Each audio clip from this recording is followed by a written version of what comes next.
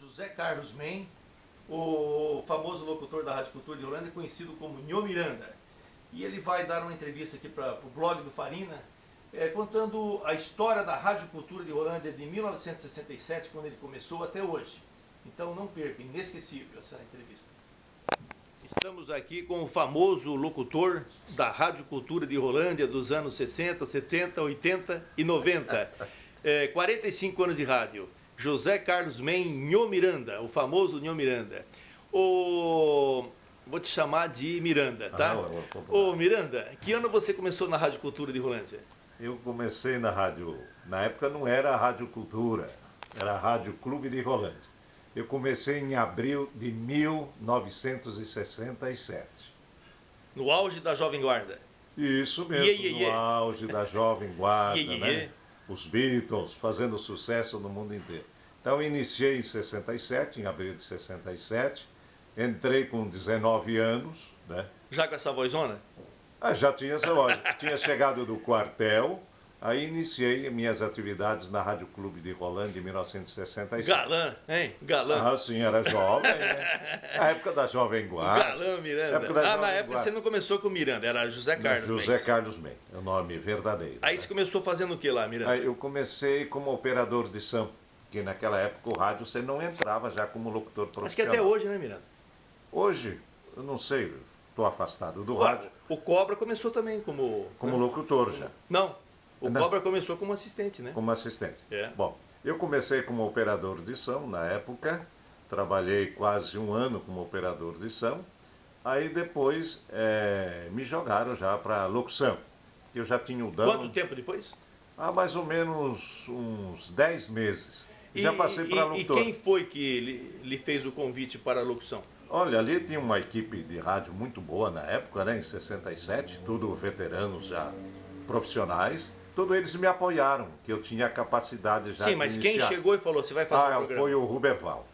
Ele já era o gerente. Meu amigo Ruberval já trabalhava no rádio, jovem. Já era o gerente? Não, não era. Porque naquela época não tinha gerente.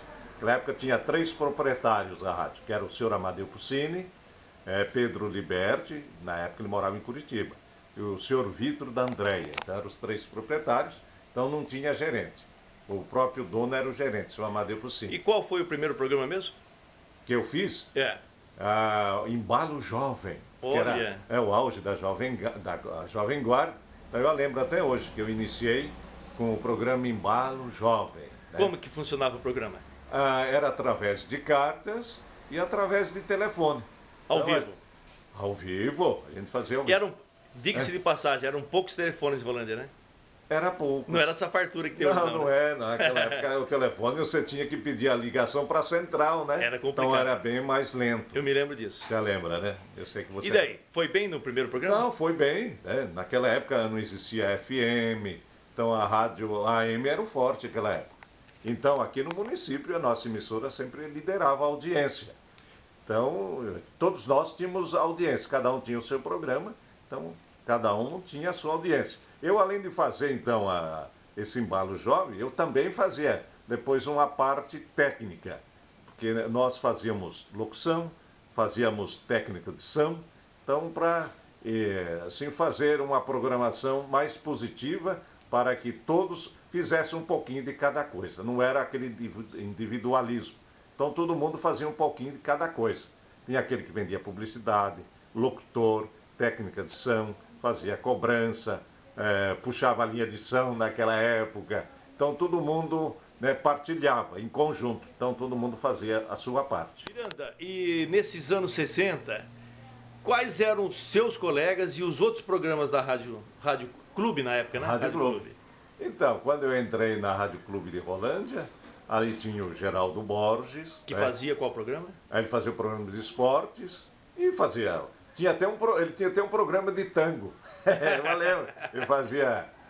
Como era o nome do programa? Não importa. Não importa, mas ele fazia um programa da meio-dia, um programa tango, né? Certo. Acho que era tangos e boleros. Olha só. Parece que era tangos e boleros. Então o Geraldo fazia o programa de esporte, tangos e boleros, fazia noticiário, então ele fazia tudo. Ele era polivalente, né? Não. O Geraldo Borges não tem, é um profissional, né? E os outros locutores? Tinha o José Rosolém, fazia um programa mexicano. México Romântico, ele fazia sertanejo, tinha uma boa audiência também. Aí tinha um amigo Hugo, né, que fazia também sertanejo popular. Aí tinha o Ruberval, que liderava a audiência com o programa Jovem, que ele era um jovem, então ele fazia o programa Barra Limpa. Eu era o operador de samba. Quem era o galã da turma nessa época? Não, era o Ruberval na época. Ele era o galã? Ele era o galã. O Ruberval, o programa Jovem, Barra Limpa, né? Viu, Miranda? Naquele tempo haviam muitas macacas de auditório, né? Nós tínhamos um programa de auditório, tanto jovem como sertanejo, né? Então, eu e o Rosolém fazíamos um programa Festival da Juventude todas as quintas-feiras à noite. Os locutores mais famosos tinham fãs, né? Tinha. Tinham lá, tinha. Todo dia na rádio. Tudo isso. Então, nessa época começou o Álvaro Dias em Londrina, com rádio também. Sim, o Álvaro Dias. Ele também naquela época, ele não era nem vereador ainda, o Álvaro Dias. E ele ficou muito famoso também. Ficou muito famoso. Aí ele começou a carreira política ali, através da Rádio Atalaia. Conseguiu muitos fãs pelo rádio. Pelo rádio. E como Londrina sempre foi uma cidade maior, então ele se elegeu com facilidade. Tá, aí aí tinha o Ruberval, né? Tinha o Geraldo Borges, como eu falei, o José Rosolém, o Ruberval, o Hugo, na época, eram os 4 mais famosos da época do rádio, quando eu iniciei. Tinha outros antigos que não foi da minha época. Quem vai contar para você essa história mais? O Geraldo Borges, o Rosolém. E a rádio funcionava onde mesmo nessa época? É na Avenida Expedicionários, onde é o TKF hoje, né? Ah, o shopping ali. O shopping. Tinha mais de 400 cadeiras. Tinha um palco. Era maravilhoso. Eu tenho muita saudade daquele tempo. Bom, agora chegou aqui do lado o netinho do Miranda, né? Qual o teu nome mesmo? Lucas. Ah, o Lucas. Ô Miranda, aí nesses anos 60, havia os programas ao vivo, shows de auditórios. Quem que tocava aqueles programas? Na época? Ao vivo. Ao vivo. Então, como eu disse para você, o Geraldo Borges, aos domingos, tinha um programa infantil. À noite? Não, de manhã, para as crianças. Era às 10 horas da manhã, o Geraldo fazia um programa infantil. Nossa, lotava o auditório da rádio, as crianças cantavam. Era que nem hoje a televisão, o programa, né, aí, que os jovens estão fazendo. Mesma coisa. Aí, eu e o Rosolém fazíamos, às quintas-feiras, o Festival da Juventude. Eu me lembro desse nós fazíamos assim, com a buzina do Chacrinha. À noite, né? À noite, quinta-feira. Não cabia todo mundo lá dentro do auditório? Não, sentavam nos muros, então não cabia. Aí as eliminatórias a gente fazia no Cine Rolândia. Você lembra? Tinha o Cine Rolândia, o Cine Bandeirante. Enchia. Lotava. Então a rádio, como diz, era o meio de comunicação melhor que existia na época na cidade. Então era uma audiência também total. Pelo fato que nessa época, logo depois, começou a televisão. Mas eram pouquíssimos televisores, né? Sim, pouquíssimos. Era poucos, preto e branco. Tinha mais o televisão, né? As pessoas iam assistir no vizinho. No vizinho. Então a rádio continuou ainda nos anos 70 com pleno vapor, né? Nossa. Tá, mas tinha um programa à noite, aos domingos, ao vivo, quem que fazia? Eu cheguei a fazer. Né? O Rosolém fez.